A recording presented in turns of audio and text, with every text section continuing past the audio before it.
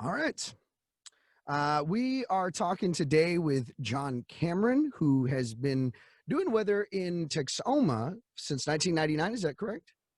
Yeah, off and on, not for 20 plus years, but off and on. I did take a couple of breaks, you might say, 2008, 2009, but slipped back into weather. 2011, had been doing it ever since.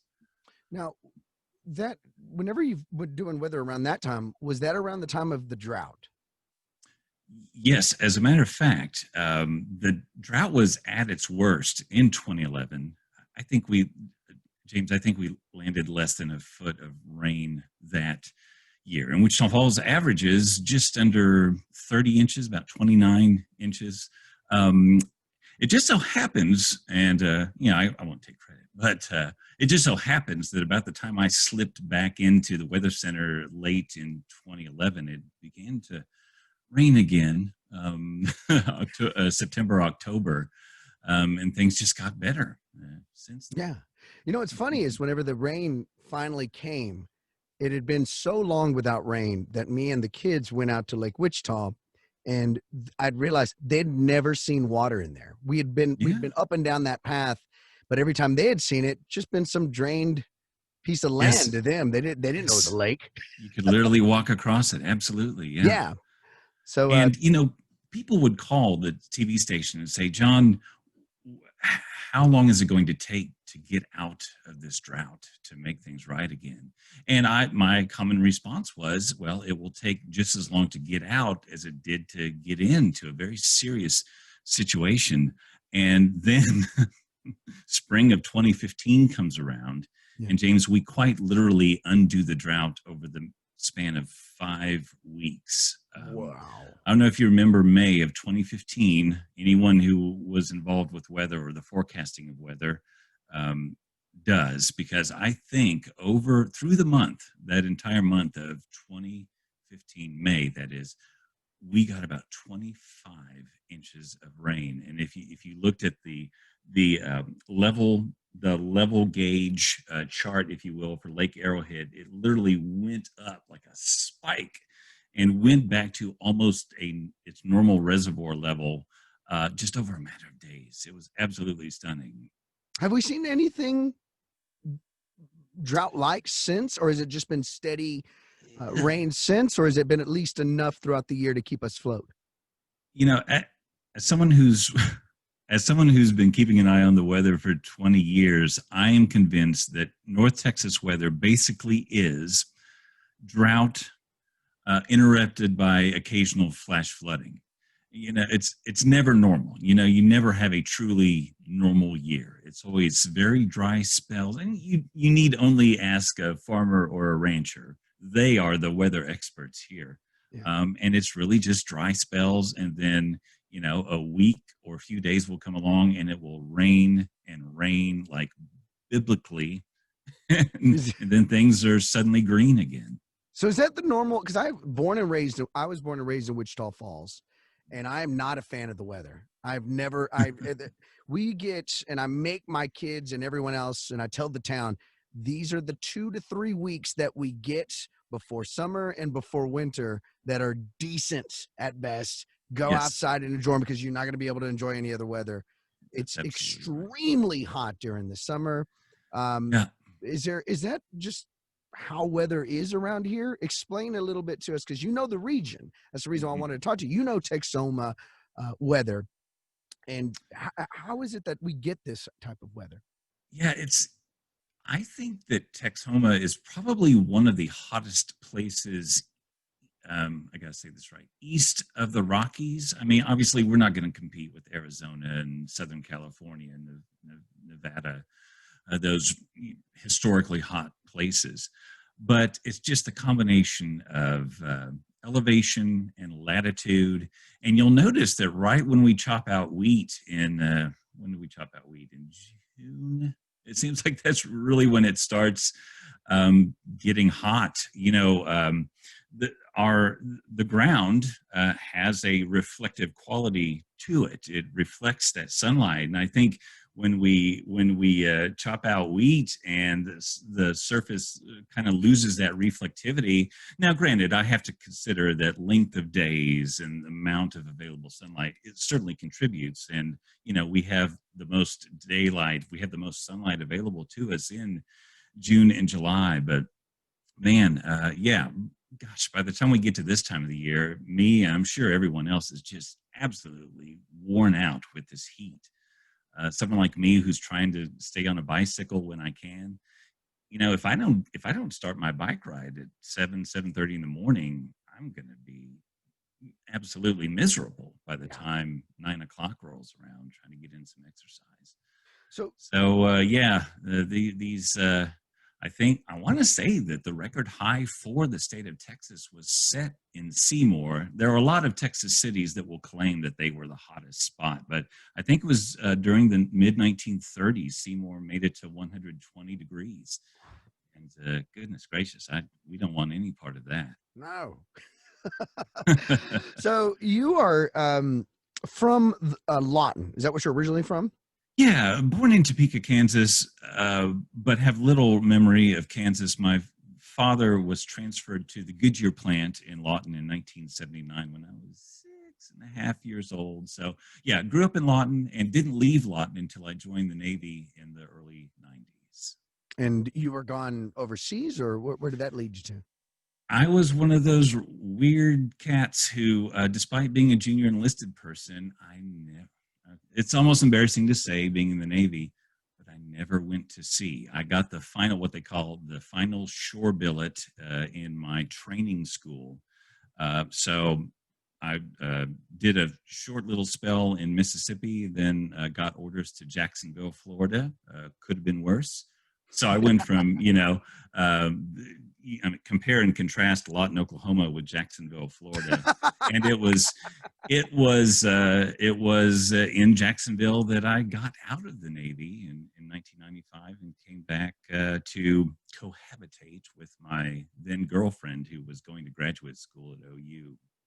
What sparked your interest in weather? Was it whenever you were in the military, or? Always had a fascination with it.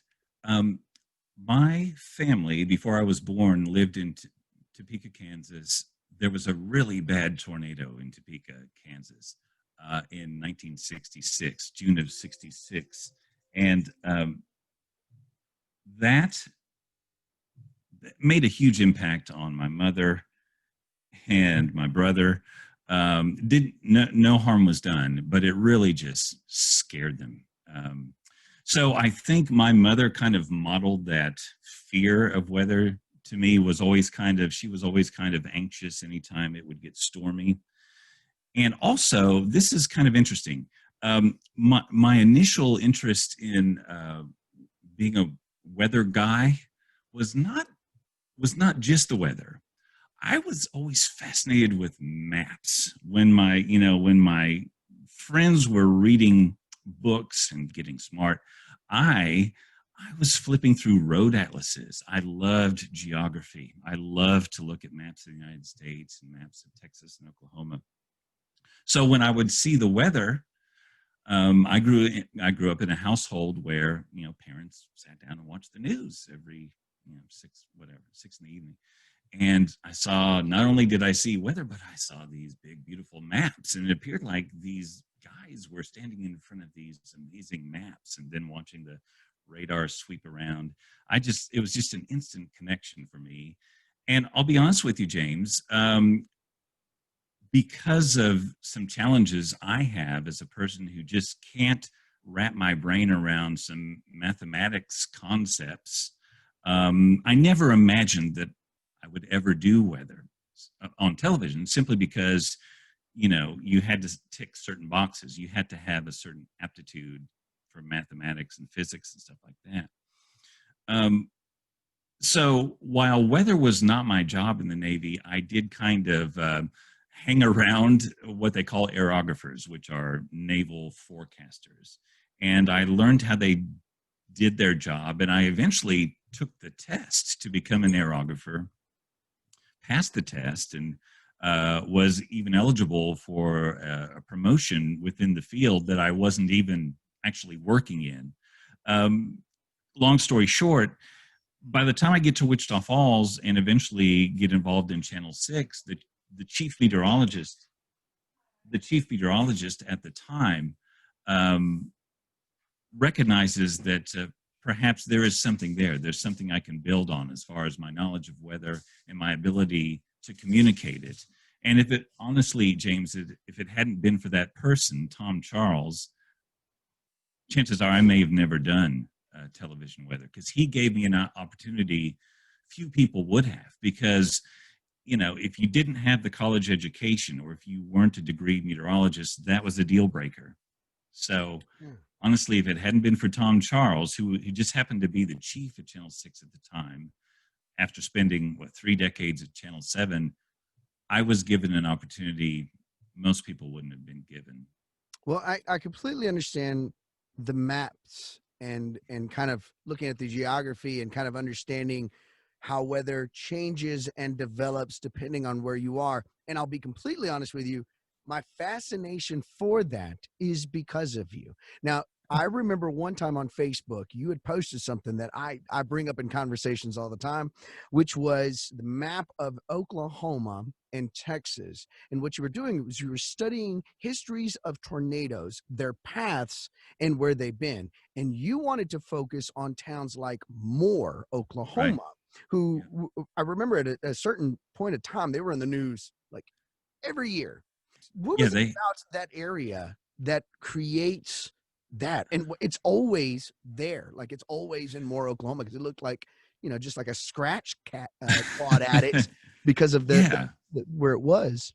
Yes, what I was showing were these traces of tornadoes, especially significant tornadoes, and just you're right, it's kind of a scratch on the map.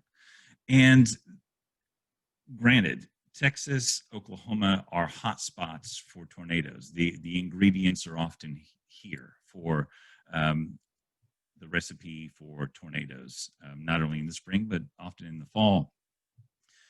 But I, I don't recall the specific posts. But if you looked at one of these maps that showed these traces of significant tornadoes, you would easily come to the conclusion that Moore, and to a greater extent the Oklahoma City metro, is an absolute hotspot. However, it's really just, I don't want to say luck. Sometimes it's just coincidence. It's just pure coincidence.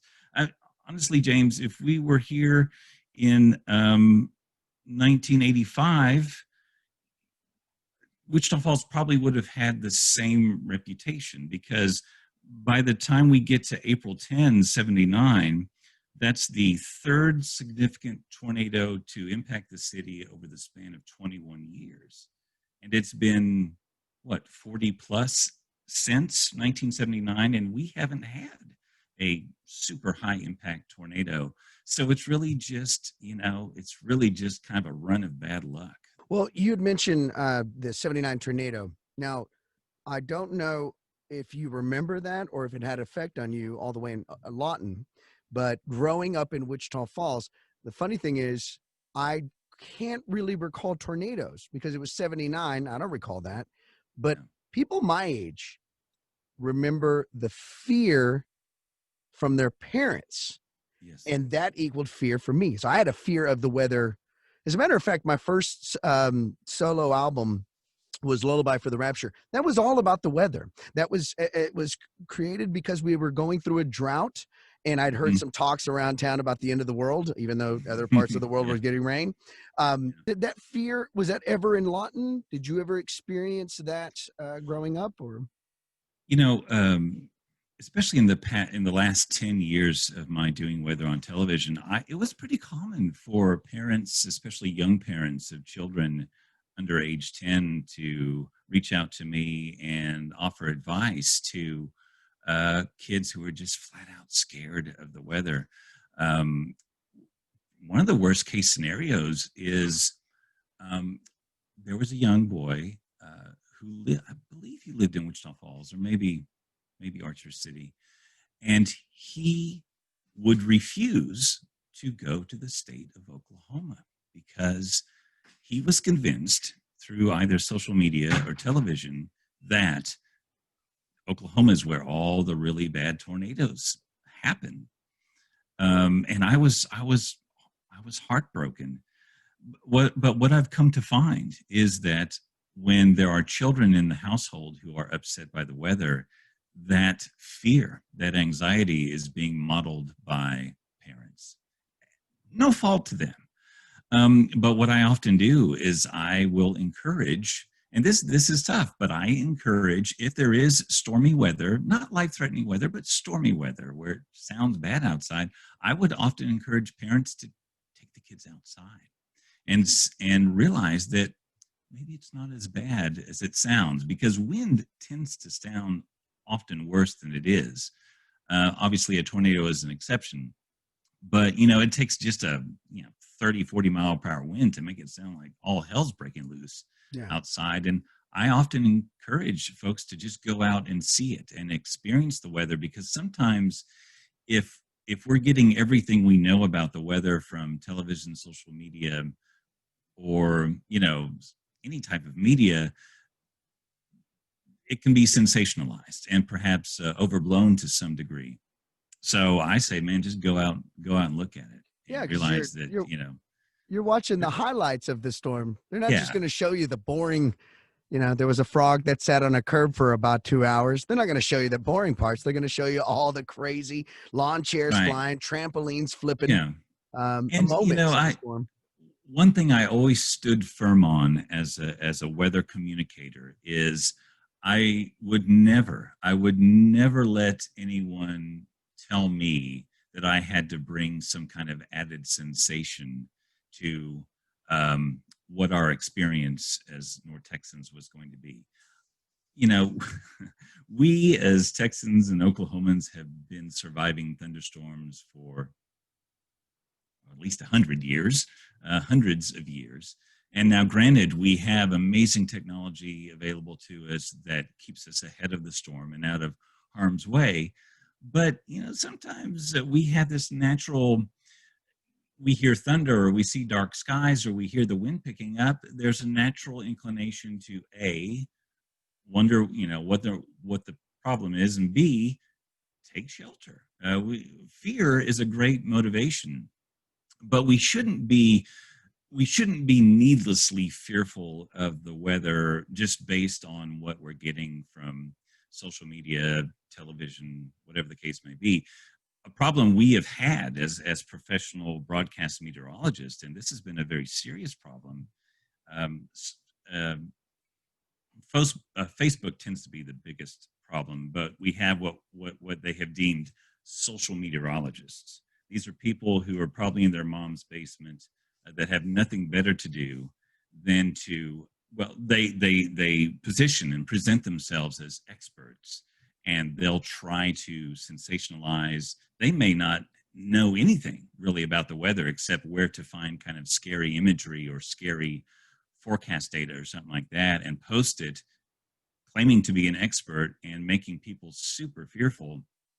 I had people, viewers of Channel 6 who would send me stuff on Facebook saying, "Oh, John, this guy over here is saying that we're going to have really bad tornadoes this afternoon. I don't understand why you're not saying anything about it." And I said, "Because there's not going to be things." So it was a constant battle between those of us who actually had the know-how and the expertise versus some knucklehead in mom's basement that didn't have anything better to do but to try to freak people out. I also wanted to talk a little bit about the fact that you not only do the weather, you are also a very talented drummer who has played with some bands around town.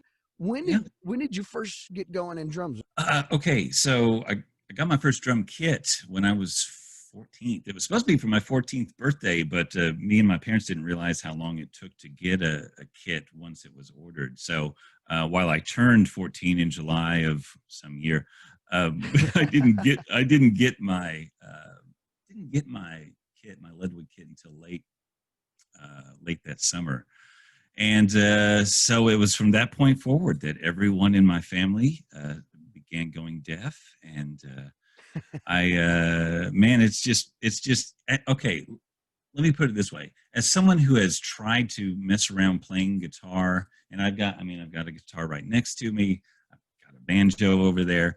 Um, there is no doubt, James, that I was born with some kind of natural inclination for drumming, because even when I watch myself drums, when I post these stupid little Facebook things, I'm like, I'd listen to that guy play. Yeah, you're a But great man, drummer, dude. I love it. I love watching you play. when I try to mess around with guitar, no matter whether I'm trying to look at a book or just trying to kind of feel it out for myself, I'm like, damn, this is really hard. It's So not easy, man. I think I was born with some kind of natural gift for rhythm and just kind of hearing things and being able to, because I can't read music. I yes, I took some lessons when I was very, very young. But basically I'm a product of just kind of trial and error. I would just listen to great music and see if perhaps I could duplicate what I'm hearing, the drums, and sometimes I can, sometimes I can't. Now, we were in the long pause in 2020. Did you find drumming as something therapeutic? Did it help you out this year, or did the guitar playing help you out? Well, I'm sorry to say that because I haven't been able to play too much guitar because of pandemic and because of people working from home, because of kids not going to school. I've got a full small house, and I don't want to drive them crazy with me plucking away at guitar. So um, again, because of small house, I also can't really play drums without driving everyone absolutely insane. So I just pack the car up, and that's why I'm making these videos. I would throw the drums in the car, find kind of a cool background, set up a camera, and just go at it. And it was absolutely cathartic and redeeming, and it was the distraction I needed. And hopefully, if it distracted someone else from the torments of Facebook, then I'm all for that. Yeah, it's absolutely. And I still kind of shy away from compliments. I'm like, I'm just doing what I do, but Oh, it's great. it is fun. It is great stuff. I love watching. One time I was I'm in the shed right now. I'm in the shed quarters, and I saw it, Mhm. and I had my guitar. I just happened to be jamming my Oh guitar man, right before I turned it on. So I was like, man, I want to jam. So I just sat James, there and jammed while you were playing. that was the that was one of the highlights of my year. I was like, this guy, because I'm like, I, I would absolutely love to play shows with you. If you were ever auditioning drummers, keep me in mind. But yeah, that was so cool. I was like, we're jamming, myself, Jose. Okay, what was that when it was I think it was me just you and by yourself. I saw the footage later of you, yeah, and Romeo, Brandon? Jose, and Right? Brandon Yeah. jamming, but it was just you by yourself. And I think you were at the Okay. park and you were just jamming out. And I Yeah. had happened, but I was at my shed watching you, and I Yes. thought, man, this is it. So I turned up the Bluetooth, grabbed my speakers, cranked them all the way up so I could hear the drums even better. Cranked on my Mesa Boogie and just started. Yes. So you Oh man, got to that get was you a shed, so man. great. Get you a shed because my Yeah. family says get out of the house, and I Yes. come in here and I make as much noise as possible. It's That's how so my day great. begins. You need it. And I Uh, will say, because since I'm no longer on the crazy weatherman schedule, there will be more opportunities for me to get involved in music and maybe theater. I've thought about maybe auditioning for a theater role whenever that comes around again. And yeah, yeah, so there would be. I think Wichita Falls needs a funk band. I mean, an old, dirty '70s funk. I don't know if we have any keyboard players in the area, but I know everyone that's supposed to be in that band for you, so don't sweat it. After the okay, show, I'll I'll let you know be everyone you're ready. supposed to be talking to. That's a genre of band that I've heard brought up many years, and Hmm. even if you had like 17 that started up tomorrow, still Yeah, wouldn't be enough for me. I love sure. listening to funk music. And again, I let you know before we started recording, I have been watching you since '99. You're always one of my favorite people to see on TV. It's sad that you're no longer going to be doing weather, Yeah, but I did want to ask you because I noticed this from another meteorologist from town that quit or stopped working, Mr. Skip McBride. Mm. And one thing I noticed from Skip was he had a hard time letting it go. It's got to still be there. It can't really go anywhere, Oh right? my gosh. Yeah, I mean, you know, with the anticipation of the arrival of Hurricane Laura, which looks like it's going to be a very serious situation for the Texas coast, I'm looking at model data. I'm seeing how not only will it impact the Texas coast, but will there be any impact here in Texoma? So yeah, man, I think it's just in me to always be looking ahead, whether it be planning for that next bike ride or seeing what the weekend's going to be. So yeah, it's going to be difficult to at least separate. Now, okay. One thing I really look forward to, James, is um, when the weather seems to be at its very worst. When the weather is at its worst, I tend to be in a windowless studio. So it's going to be nice to actually go out, look at a thunderstorm, photograph it, experience it, just be there in the moment and not really have to worry about sending out the alarm or rushing to work or stressing myself out wondering what is this storm going to do to people, and um, am I going to be able to communicate that threat?